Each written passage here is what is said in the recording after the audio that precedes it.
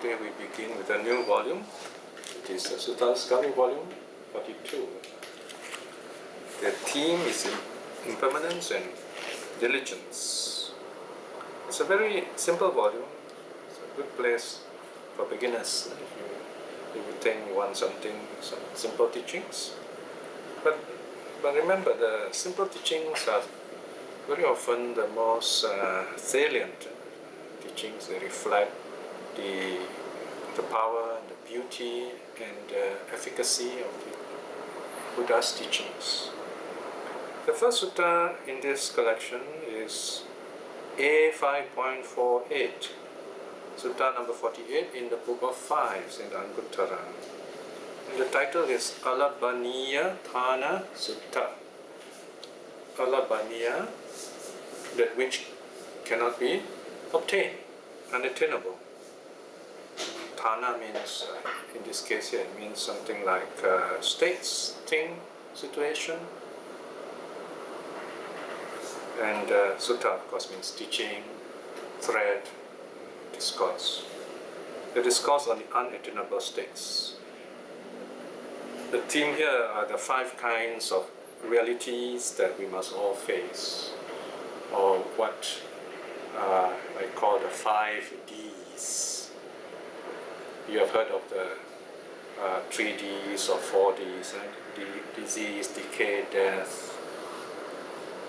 Now you have 5: disease, decay, death. What was the other one? Destruction, and then defeat. Okay.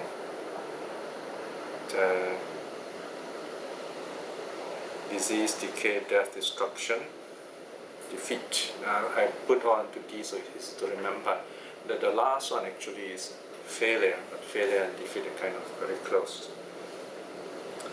Now, what is interesting about this particular sutta is that the structure is very simple. So it's a short sutta. It's very instructive, nothing deep. It's one of those sutta which is for practice. In other words, you read it, you reflect on it. Maybe just even one section of it. So here, the teaching actually is the perception of impermanence. That's the main practice, if you like. And this can be done in 5 ways. The sutta is structured very almost equally into 2 parts. The first part, the Buddha tells us about someone who is foolish, a worldly person who does not prepare himself for the realities of life. And the second part, of course, are those who wisely prepare themselves by reflecting on the 5 realities of life. Now, another interesting point about this is, as you know, in our Sutta Discovery translation, we give in full all the passages related to the Dharma, to practice especially. Of course, we don't lay out all the passages in full because some of the passages are not spoken by the Buddha, for example by Mara or someone with some very wrong views. Let's say in the Digha Nikaya, for example, in the Samannapala Sutta, you have all these teachers with wrong views and a long list of wrong views. Some of them are repeated. So those kind of things, of course, we don't give in full all the time. Meaning maybe the first mention is given in full so that we more or less know what it's talking about. There are at least 2 reasons for this. Number 1, they are wrong views, so they're not very helpful to us, in other words, for practice. We don't really need to remember them. We need to know them for the context, and we live them where they are in their context. So what is laid out in full here are the peyalas, or the repetitions that need to be given out in full for the sake of practice. This is another reason why we need this translation and why this Sutta Discovery translation is gaining popularity. And by the time you are looking at this video, this SD series is already very popular because one reason is is given out in full, and the monastics, especially the serious scholars, meditators, they find such texts very helpful. So today's sutta is that important example to show how it's very important to have the text laid out fully, because it's meant for reflection. You cannot say, for example, all things in the world are impermanent, etc. How are you going to reflect? You can't reflect like that. So we have to reflect more fully. For example, we say everything in this universe is impermanent, subject to change, becoming other. Then you reflect on this, you have a better idea what's going on. It's like taking a medicine properly, completely, at the right time. Another point here is when I checked the early editions of the Pali, the ones done by some editors in the Pali Text Society about 100 years ago, the numberings are not very even. In other words, sometimes the paragraphs are very long, sometimes very short. It's almost like the editors simply put in the numbers there for their convenience, because the numbers should be given according to ideas or highlighting certain important sections of the passages or suttas. So I renumbered this sutta, but then later I looked at it, I found that I think I put up too many numbers. So I've reduced the numbers by half, so it's easier on the eye. So in the new edition, which we put online, you'll see the new numberings. Okay, the translation has not changed very much, but the numberings are made simpler, in other words. So if you find the numberings a bit confused, especially the cross references, just look up the latest version from online. Now, so this sutta, the Alabaniya Sutta, has got two cycles, the negative cycle, the positive cycle, and it deals with what are called the 5 realities, or the 5 Ds of life: decay, disease, death, destruction, and defeat. Or the last word can mean failure. And in the Pali text itself, the words used are decay, jirati, decay, because decay simply means growing old, kind of changing in such a way that the whole process is going to weaken. And then number 2 is sickness, or falling sick. So you have the noun, you have the verb. Okay, the verb is vyadiyati, and then marana, death. And then you have the verb miyati. And then you have destruction, the verb is destroyed, kiyati. And then you have the word, you have failure, nasana. As I said, nasana you also can translate as destruction, if you like. And the verb is fails, nasati, or even is destroyed. So the sutta is kind of equally balanced. Or to use a musical term, you can say they're contrapuntal. They go point, counterpoint. Okay, so you have, for example, in the positive section, it says, okay, the foolish person does not reflect on decay. Then the positive section says the wise person reflects on decay. So that's the basic structure. Right? So the details on this, of course, you can look up in the introduction. Sometimes, in this case, the introduction is much longer than the sutta, because there's some very interesting points that you may want to know to help you have a better understanding of the context, even history of the sutta. And one interesting point about suttas is that you find some of the sections, in this case, the closing verses, they also found elsewhere. For example, the closing verses here, section, the new numbering is 69 to 72, that's the closing verses. They are found in at least 2 other places in the suttas. The first is in A549, Malika Kalakata Kosala Sutta, which we did a few weeks ago, about the death of Malika. And The other one is found in Jataka, Jataka 368, the Tacha Sara Jataka. In fact, there are two Jatakas. It's a very unique pair of Jatakas. They kind of flow, one flow into the other. They are two different episodes, but they're connected. The first part is called Salia Jataka, J367. Okay? So this story is a very simple story. It's about the Bodhisattva was a young boy, and they were playing happily. Even Bodhisattvas, the young boys, they play with friends. Of course, he's very wise. So this Jataka actually is about his wisdom. There was this village healer who's a little bit bad, so he's trying to look for some business by dishonest means. So he wanted this to see the Bodhisattva hurt.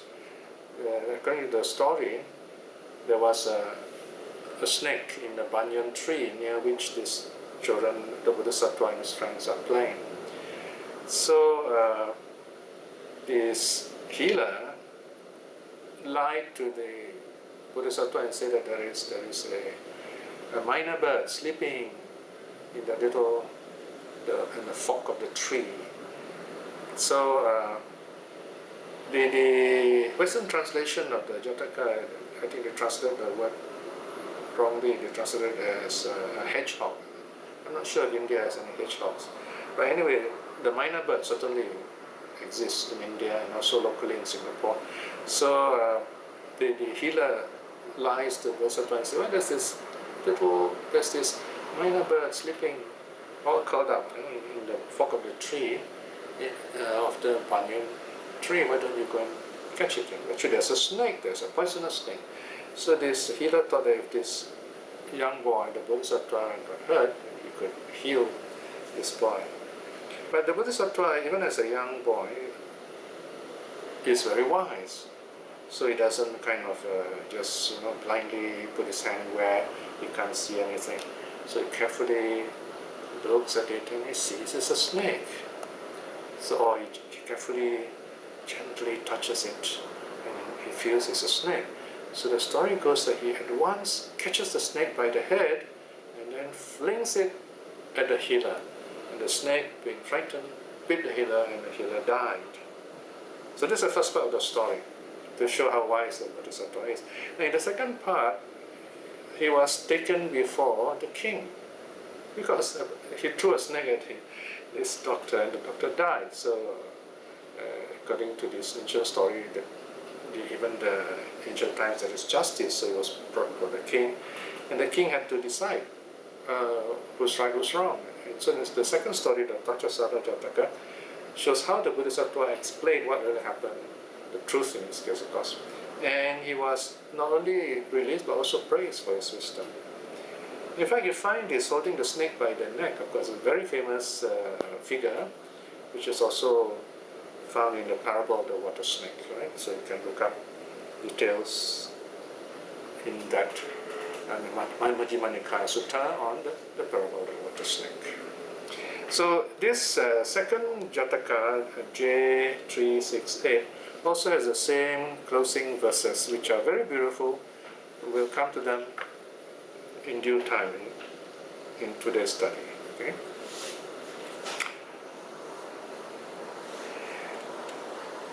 Okay, let us begin the study.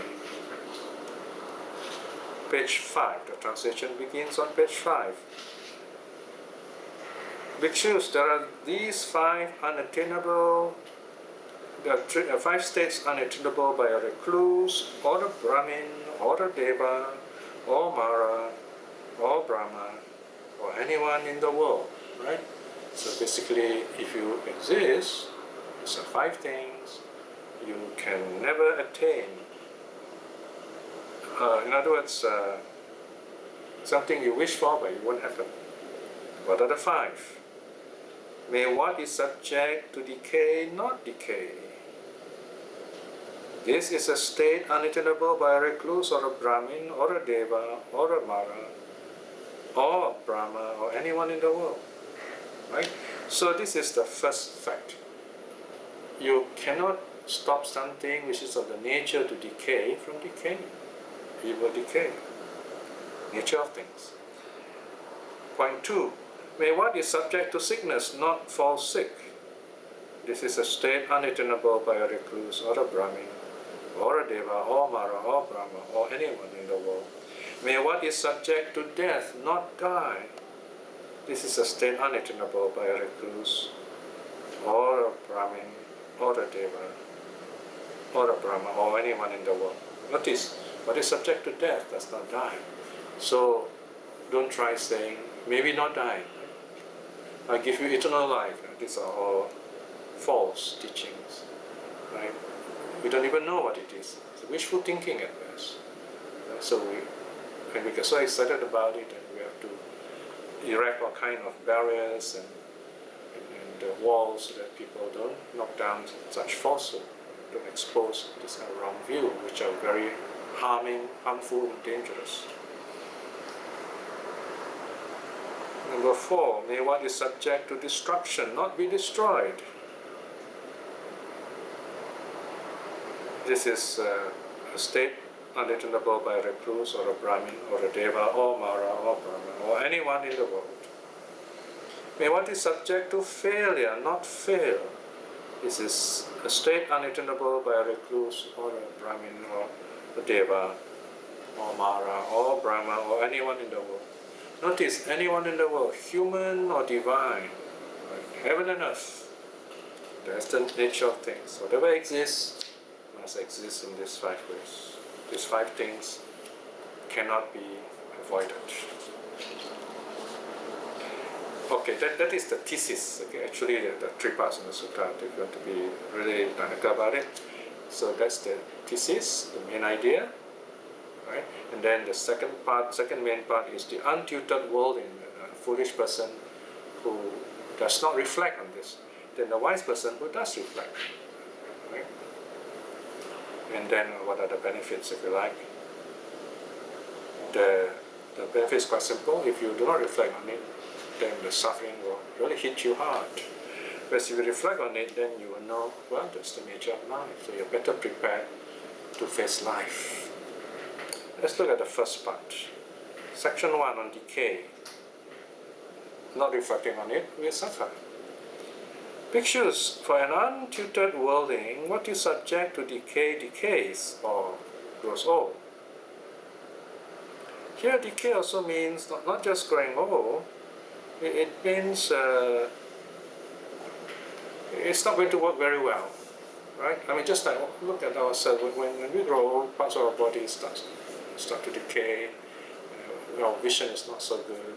Our coordination also is not so good, and so on. Okay? So that's the nature of things. So if you're a sportsman, for example, you know very well the best time will be, say, teenage to early 20s, right? Maybe a little later perhaps.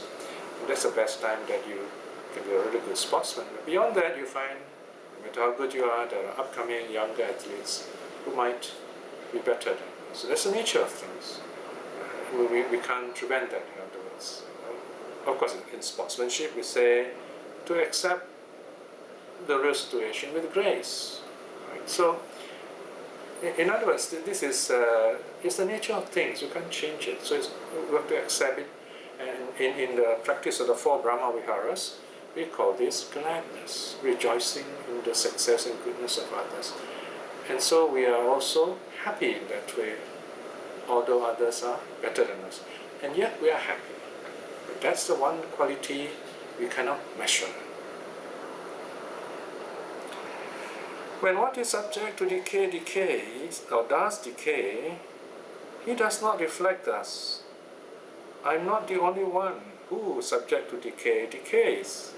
Alright, so here's a hint at how we suffer. We think we have this wrong idea that, oh, I'm the only one who grows old, that kind of idea. Maybe we don't think exactly like that, but we have this panicky feeling, oh, I'm growing old, that kind of idea. One day we look at the mirror and see lines on our face and we get a shock. Oh, I'm growing old. Then we go to the beautician, get ourselves fixed up. We can go on doing that, but there still comes a point where this decay will take over anyway. Now, we're not saying anything negative about this. I mean, if you feel you want to beautify yourself, you want to straighten out your skin and so on, that's fine. But always remember that there is a point where decay will still be there. It will still kind of take over our lives, and that's the way it is. So sooner or later, we have to accept this truth, this fact. And of course, one of the fears we have is that people might not accept us because of this. Like in some societies, especially in the upcoming, this burgeoning societies. Singapore is a good example, where people are becoming very successful. You must be young and strong, and that's the ideal kind of person. And as you grow old, you find people don't need you anymore. So one way that authorities are trying to solve this problem is to tell the old people, don't stop working, go on working until the very last moment. In other words, die working. It's a grand way to go. If you think you want to retire, within 7 8 years, you're going to, you will die because you die of boredom anyway. Because imagine you've got nothing to do for 6 7 years. So in a sense, it's good to be doing things, but what sort of things? For all people, the mind must be active. The body cannot be active like before, but the mind does not grow old. In a sense, the mind is always new. And yet, we can also say the mind is always old in the sense that we tend to follow our past.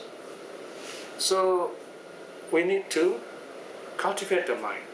We need to, in other words, meditate. That's the best thing that we can do as we grow old. So, especially doing groups, do it by yourself, right? And that helps a lot as we age. So if we do that, then we won't be so concerned that people reject us as we grow old. For example, once we are old, it might be very difficult to make friends because the younger people will not find us interesting or enjoyable because we can't be playing the sports they play, or we're not so quick like them. Unless we are teachers, maybe. But even as parents, we find maybe the children are so busy they don't care for us anymore, so we are on our own basically. So it's good to be useful in some way. For example, I have a professor who goes on teaching even in his late 70s. He's still going around the world giving talks. And I think it's good to keep healthy and be useful in that sort of way. And then you find somehow you can connect with people. And that's a great way to live, in other words. So decay may come. We can decay gracefully, in other words. So in this case, the foolish person does not see this, okay? So Section 5 says, when what is subject to decay decays, what is subject to decay? The body, our senses, even our mind, right? So when decay sets in, so this is another way of saying it. This is the language of the suttas. When what is subject to decay decays, or in modern language you say, when decay sets in. But it's very different if you say in a modern way, because it becomes a bit cosmeticized. You don't get the oomph as one way of putting it. Whereas in the language of sutta, it's very clear and direct. It wants you, the language is going to wake you up. So that's why you're very careful about modernizing Buddhism. Okay? Modernizing Buddhism is like you are drinking your favorite drink and you put it to 2 times the amount of water that you normally would put. Although the drink is already quite okay. Or you're supposed to take your medicine, but you only take half a dose. Or worse, you take double the dose. It's not going to work. It may even hurt you. So this is where the Pali version, when probably translated into English, very carefully reflecting the original Pali, helps us in our meditation. And as you know, this is the purpose, one of the very important purposes of the Sutta Discovery translation, is to help us in our meditation. So, when what is subject to decay decays,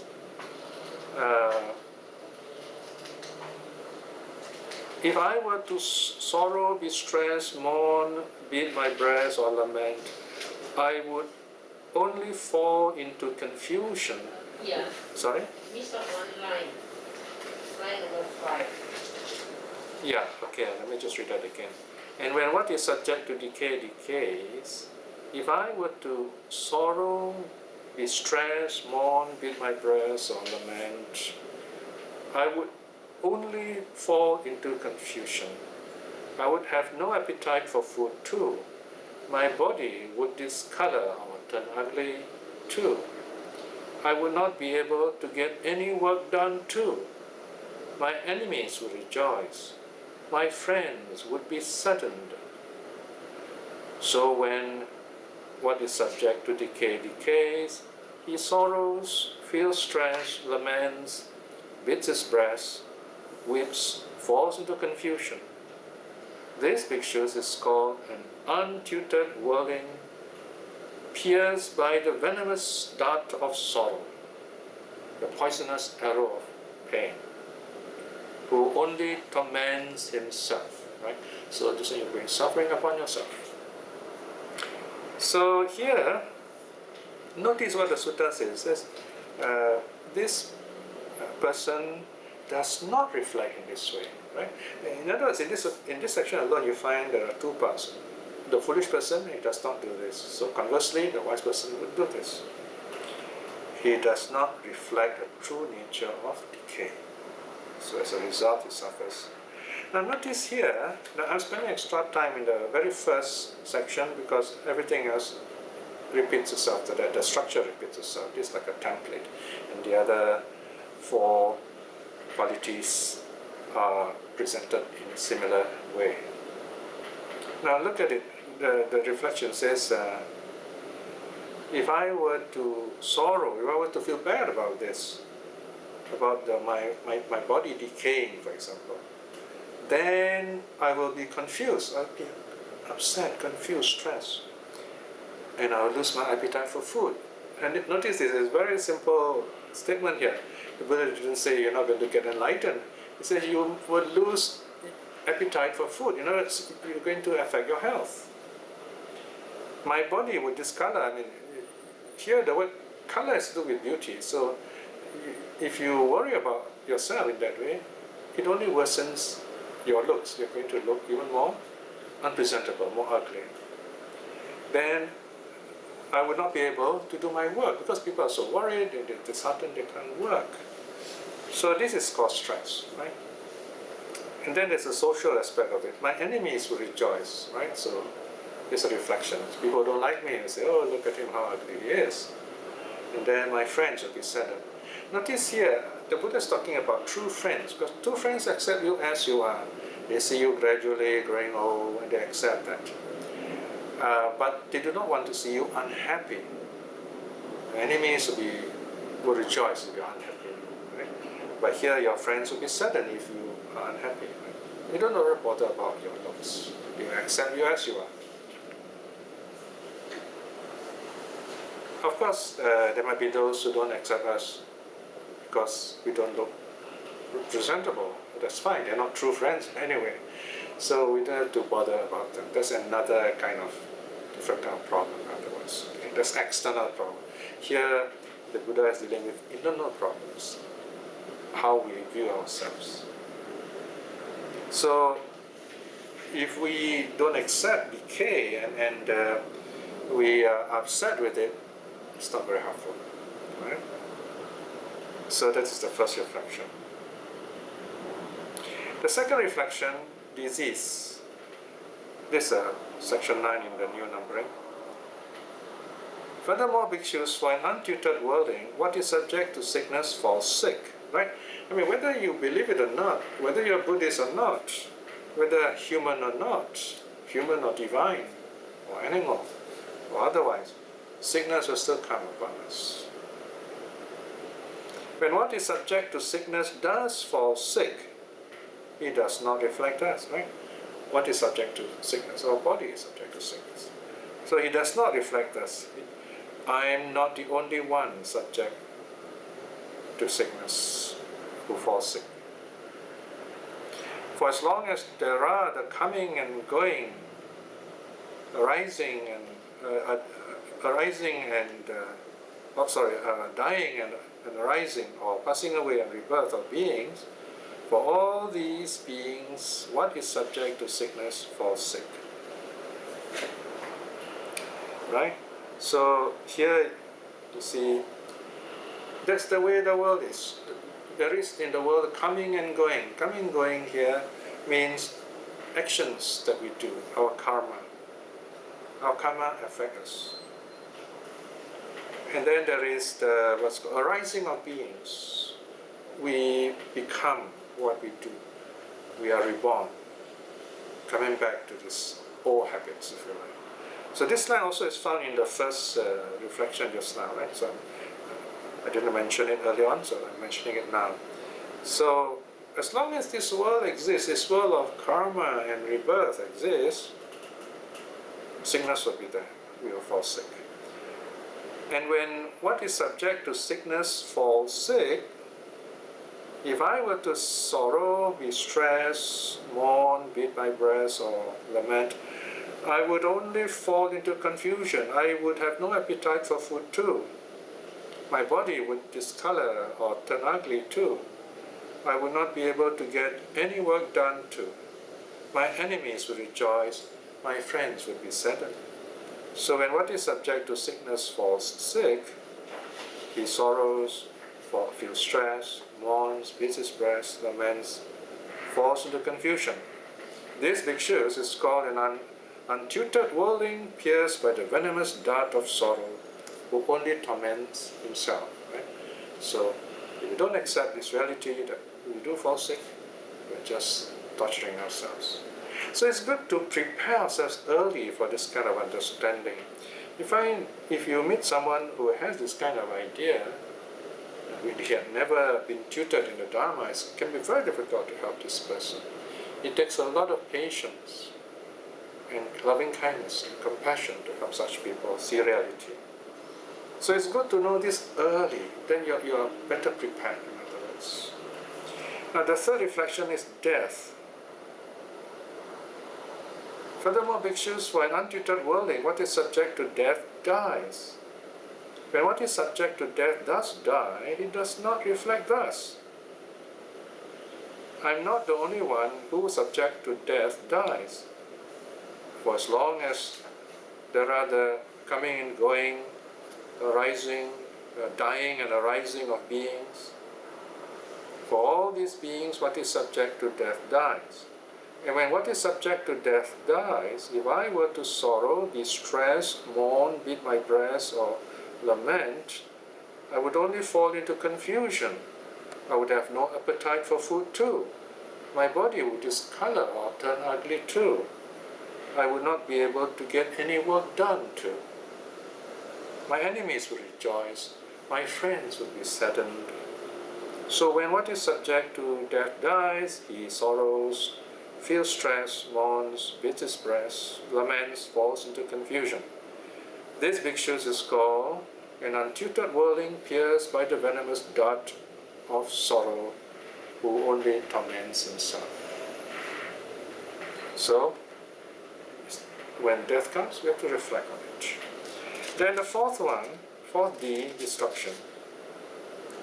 Furthermore, bhikshus, for an untutored worldling, what is subject to destruction is destroyed. When what is subject to destruction is destroyed, he does not reflect thus. I'm not the only one who, subject to destruction, is destroyed. Okay, here, subject to destruction, it may not be your body, it can also mean the things that you own in this case. Right? So, things that we have are destroyed. Then we feel very bad, right? We feel unhappy. Because something else that happens, we are affected by it.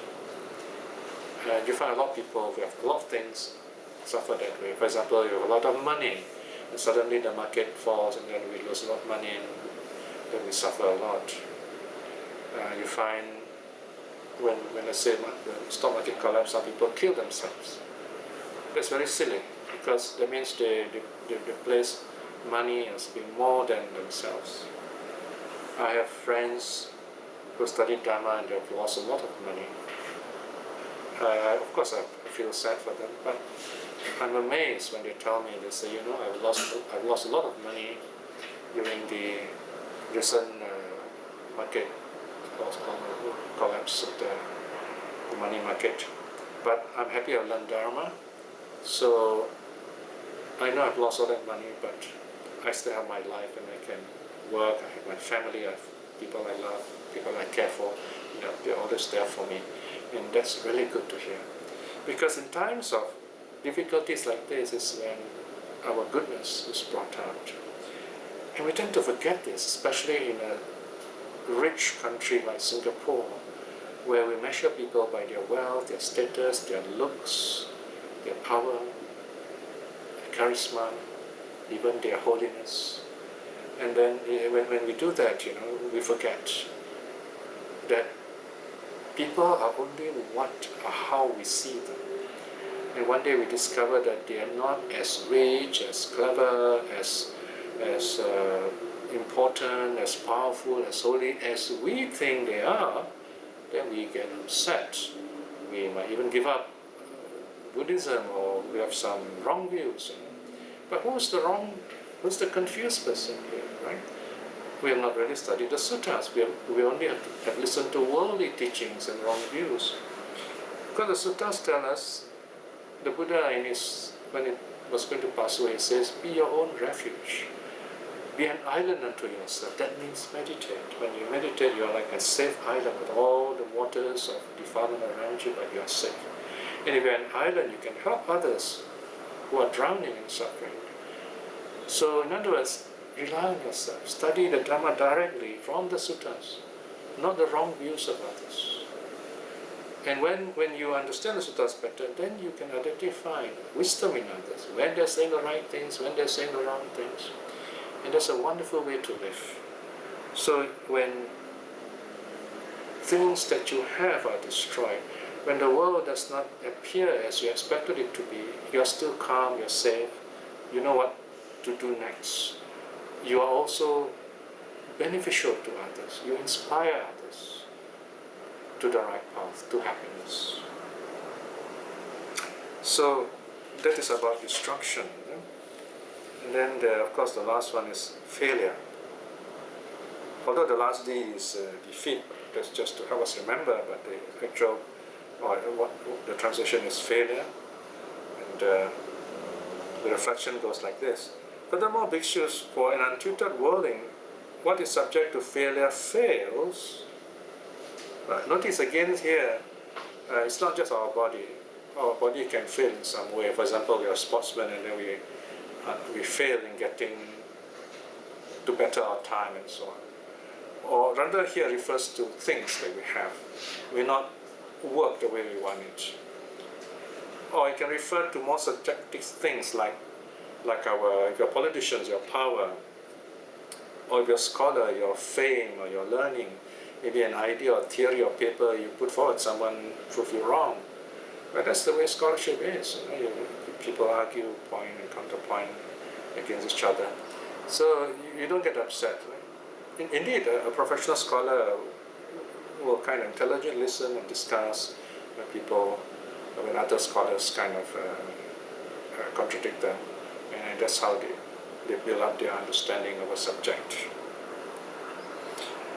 So when one is subject to failure, does fail, it does not reflect thus. I'm not the only one who is subject to failure. So this is the first reflection. I'm not the only one who is subject to the 5 Ds. So if you say I'm the only one, then you're owning the pain. Remember, owning the pain means you use I, me, mine, and you say, why me? Well, tell yourself, why not? It happens to everybody, sooner or later. For as long as there are the coming and going, dying and arising of beings, for all these beings, what is subject to failure fails, and when what is subject to failure fails, if I were to sorrow, distress, mourn, beat my breast or lament, I would only fall into confusion. I would have no appetite for food too. My body would discolor or turn ugly too. I would not be able to get any work done too. My enemies would rejoice, my friends would be saddened. So when what is subject to failure fails, he sorrows, feels stress, mourns, beats his breast, laments, falls into confusion. This bhikshu is called an untutored worldling, pierced by the venomous dart of sorrow, who only torments himself. So these are the 5 kinds of negative aspects of life and how the foolish do not reflect on them. So that's the negative part. Now the positive part, and this is what we should stress on, how to reflect on the 5 kinds of realities. The first one, that is actually section 6 here, on decay. Reflecting on it, we suffer not. So it's natural that, we age, we grow old, we all decay. But that doesn't mean we need to suffer. And bhikshus, for a noble disciple too, when one is subject to decay, decays or grows old. When what is subject to decay does decay, he reflects thus. That's the operational word, reflection. Okay? He reflects thus. Reflect means what? A mirror reflects. Reflects means to reveal things just as they are. Of course, a mirror reflects things just the opposite, right? But our mind is clear, it reflects things as they are. It's even clearer. Okay? So that the image of a mirror has a certain limit to the comparison of the mind. So when what is subject to decay does decay, he reflects thus. I'm not the only one who is subject to decay decays. For as long as there are the coming and going, dying and arising of beings, for all these beings, what is subject to decay decays. Or we can say, this is the package deal that we have. When we're alive, if we live, that's part of life. We will decay. In fact, the moment we are born, we start decaying. Of course, we have nice words for it. We say growing up, right? We call it infancy, childhood, adolescence, adulthood, and then things get a little bad after that, old age. No? So actually decay starts from the day we are born. It's happening all the time. When what is subject to decay decays, if I were to sorrow, be stressed, mourn, beat my breast, or lament, I would only fall into confusion. I would have no appetite for food too. My body would discolor or turn ugly too. I would not be able to get any work done too. My enemies would rejoice. My friends would be saddened. So when what is subject to decay decays, he sorrows not, feels stress not, mourns not, beats not his breast, laments not, falls not into confusion. This bhikshu is called a noble disciple, not pierced by the venomous dart of sorrow, like the untutored worldling who only torments himself. The noble disciple is sorrowless, the arrow drawn out, and attains nirvana himself. Right? So there you are. This is how we save ourselves. Disease. Furthermore, bhikshus, for a noble disciple too, what is subject to sickness falls sick. When what is subject to sickness does fall sick, he reflects thus. I'm not the only one who is subject to sickness falls sick. For as long as there are the coming and going, dying and arising of beings, for all these beings what is subject to sickness falls sick. When what is subject to sickness falls sick, if I were to sorrow, be stressed, mourn, beat my breast, or lament, I would only fall into confusion. I would have no appetite for food too. My body would discolor or turn ugly too. I would not be able to get any work done too. My enemies would rejoice, my friends would be saddened. So when what is subject to sickness falls sick, He sorrows not, feels stress not, mourns not, beats not his breast, laments not, falls not into confusion. This picture is called a noble disciple, not pierced by the venomous dart of sorrow, like the untutored worldling who only torments himself. This noble disciple is sorrowless. The dart drawn out attains nirvana himself.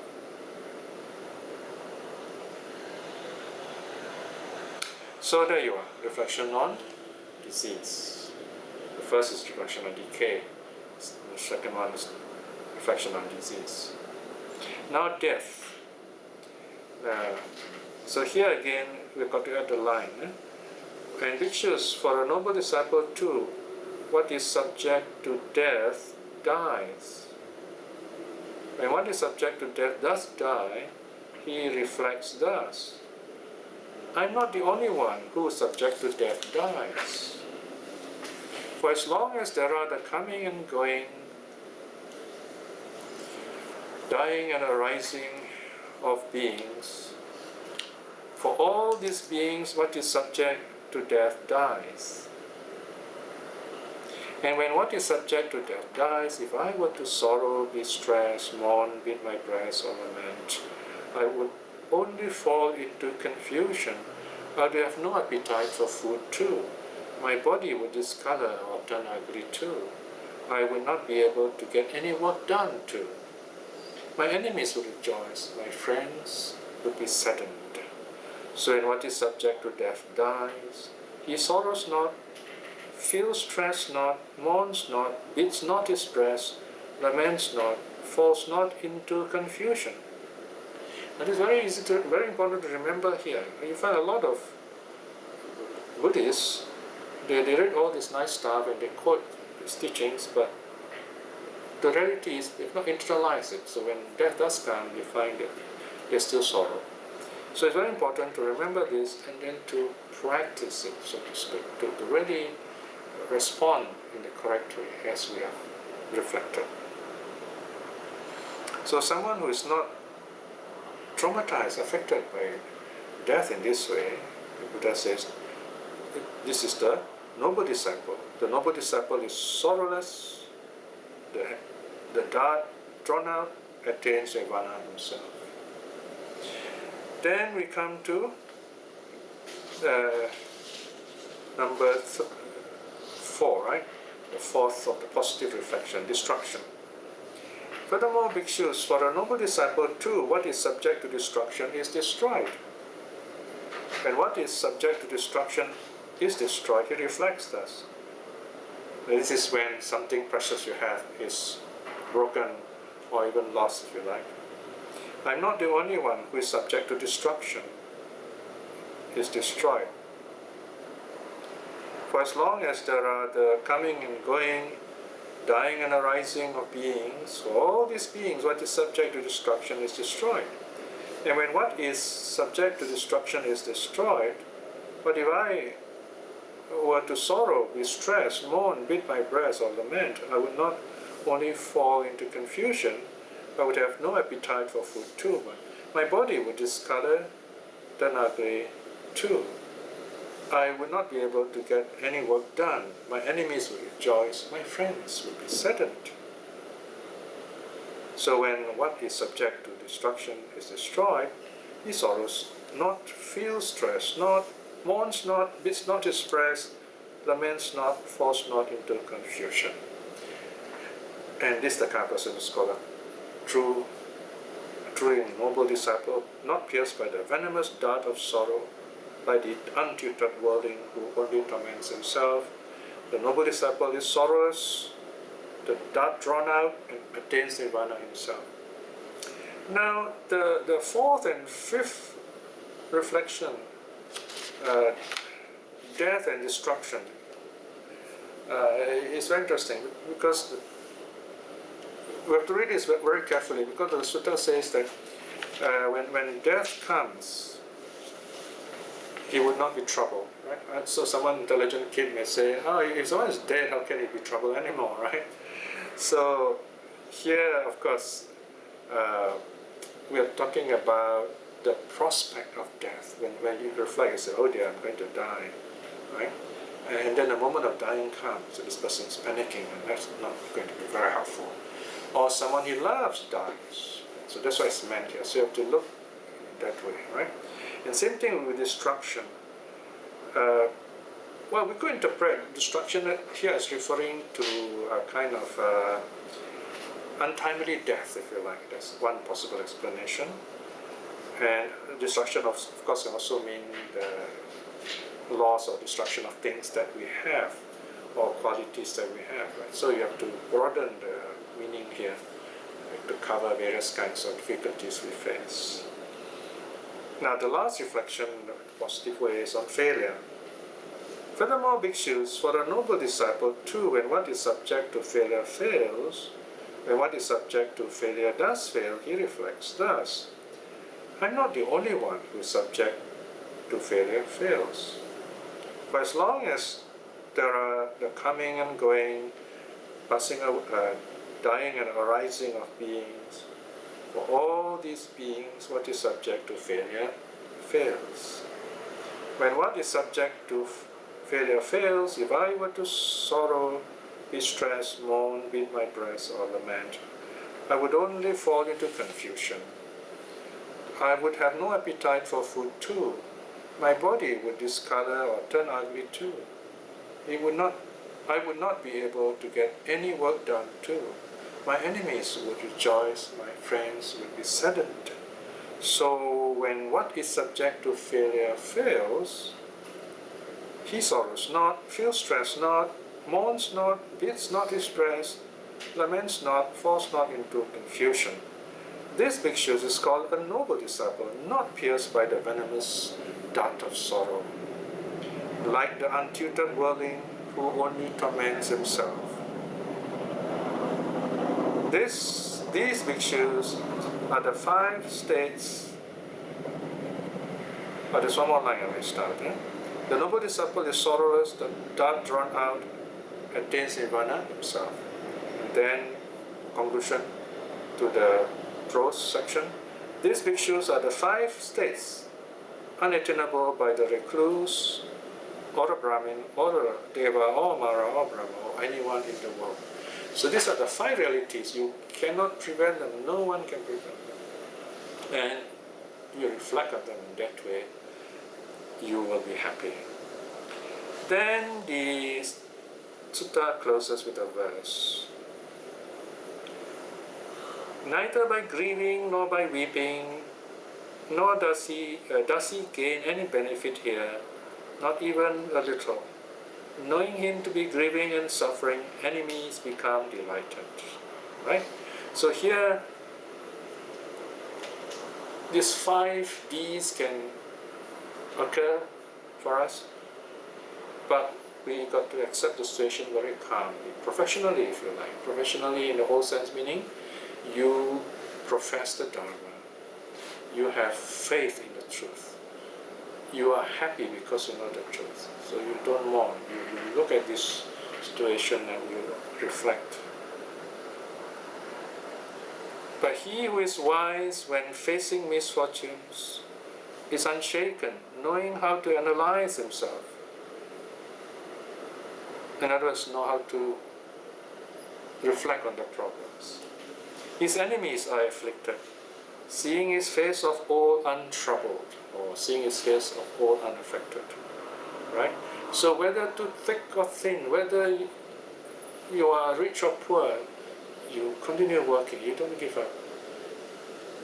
In the future, at the time you are looking at this recording, I'm sure some of you, or maybe you yourself, are a full-time day Buddhist worker.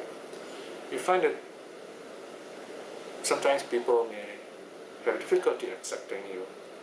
Maybe they think you are not rich enough, not powerful enough, not well-known enough, not qualified enough, not intelligent enough, and so on and so forth. There's so many things people can find fault with you if you're a full-time Dharma speaker. But the important thing is you're presenting the word of the Dharma, the word of the Buddha. So you present the word of the Buddha as yourself. You're not marketing anything now, because the Dharma is not a product. In my time, when we're recording this in 2014, Buddhism is seen like a product for marketing. People try to sell it to others. Why? Because other religions seem to be doing it, and they're doing it and gaining a lot of money. And because a country like Singapore, money is so important to us. So we think that Buddhism also must be treated in the same way. Now if you do that, then you are losing a very important way out of suffering. If you treat what is holy and liberating in an unliberated way, an unholy way, it's not going to work for you. In other words, many of these Buddhists or so-called Buddhists, they are rich and they are happy and they are everything or almost everything. So they feel that they are not being troubled by suffering or difficulties. So they look at Buddhism in a so-called modern way, or they try to define Buddhism according to their lifestyle of the leisurely and the privileged. In other words, they don't really look at the Dharma as it is telling us that there are people out there suffering, things may not work out the way you want it to be. So once you look at Buddhism like that, as simply a pastime, or simply a teaching to kind of give us some kind of social advantage, then you find the Dharma is not there anymore. It's just our ego. The balloon being blown big, and one day it just prick and bursts. There's nothing there. So if you're a full-time lay Dharma worker, always remember the sutta is there, the Dharma is there to support you. So if you have not lost in touch of the sutta, you find you are different. People will teach you differently because they expect you to be different, to behave differently, to place a very high standard of life, so to speak. And that's all right, because your difference will make a difference in their life. It's very important to remember that, because you're living by the Dharma, not by what people want you to be. And it doesn't matter if they do not look up to you as they look up to others whom they see as being bigger or better than themselves. You are big enough as a Dharma worker. Now the next verse says, if by speech, wise thought, well-spoken words, by regular giving or tradition, by which he would gain his goal, he should exert himself to such means. Now this verse is a little controversial because you've got to read the Pali. Japena mantena subhasitena. Okay, this is the first line. Japa, the ordinary meaning is to chant. Mantena, one of the popular meanings Buddha's time mantra is a sacred verse, a magical formula, if you like. Subhasita, of course, means proverbs, wise words. Now, of course, some translators they literally translate this. If by something like chanting or mantras, you can gain something, you should do it, right? There are also scholars who say, well, we should translate the sutta literally, just as it is.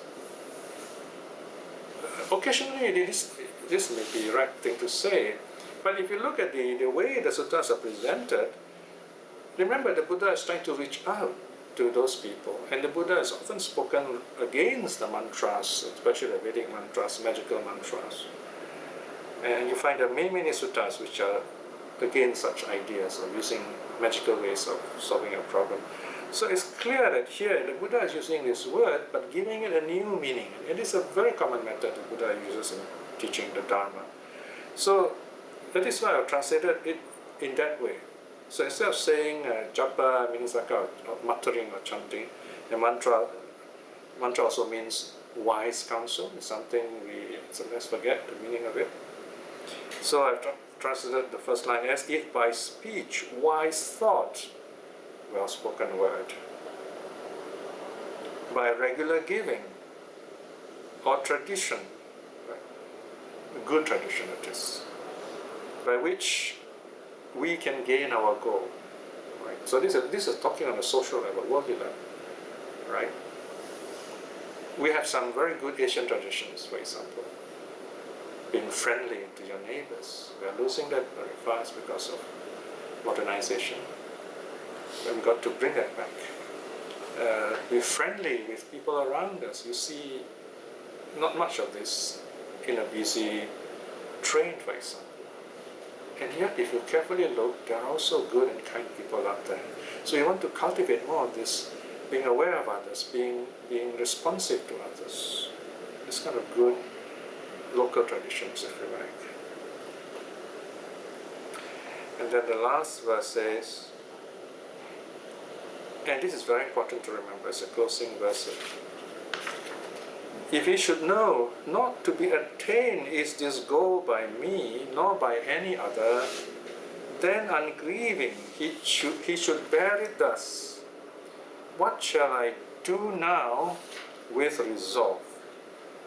Right? Or in simple terms, if all that I've done my best and things still don't work out, then I must ask, what should I best do now? What should I do now? With resolve, that means determination. What should I do now? So this is the magic mantra, everyone. Whenever failure comes, ask yourself, what do I do now? Right? Instead of lamenting, complaining, and calling out all your good friends and complaining how bad things are. And when good things happen, you don't call them out, So then you will lose your good friends. So in other words, when situations don't work, what do I do now? Ask yourself. So this is a very positive teaching. So you find the early Buddhism is not always about meditation, otherworldliness, and the Buddha also teaches us how to live happily here and now. And this is an example of one of the suttas. And yet at the same time, if you practice his teaching, you find you're also preparing yourself for a happy rebirth. Because if you want to summarize all these teachings into one practice, it will be the perception of impermanence. Reflect on impermanence. All these 5 things remind us of impermanence. And if you do that, then you're guaranteed of stream winning in this life itself. So we end today's study. Now let us spend a short time reflecting. When we live in a rich and challenging society, we are always reminded to be better than others, so we think. So we try to build our bodies up, try to be successful, try to have lots of money, good looks, and so on and so forth. But remember, all these things are mind-made, they're worldly, and they can change, they don't last forever. Of course, they might be good while they last, but always remember, all these things have what's called a shelf life. And when these things don't serve us well enough, or we lose them, always remember the sutta, the Alabanyatana Sutta, which tells us, it's all right. Ask yourself, what do I do now? And this is the reflection we must have. Reflecting in this way is very good karma. With the power of such good karma, may in this life itself, we be at peace with ourselves, attain spiritual liberation through stream winning. We need to aspire to such high states so that we grow from strength to strength, and from the teachings we become more confident, we can head that way towards stream winning. In this moment of peace, to let us send out our loving kindness to all those people that we care for, that they may be well and happy. Some people are close to us, some are far away. May they all be well and happy all the same. And also to those seeking the Dharma, that they may find the true Dharma, be well and happy. And to those untouched with the Dharma, that they may open up their hearts and see the Dharma in the most happy way too. May all beings be well and happy. Sadhu, sadhu, sadhu.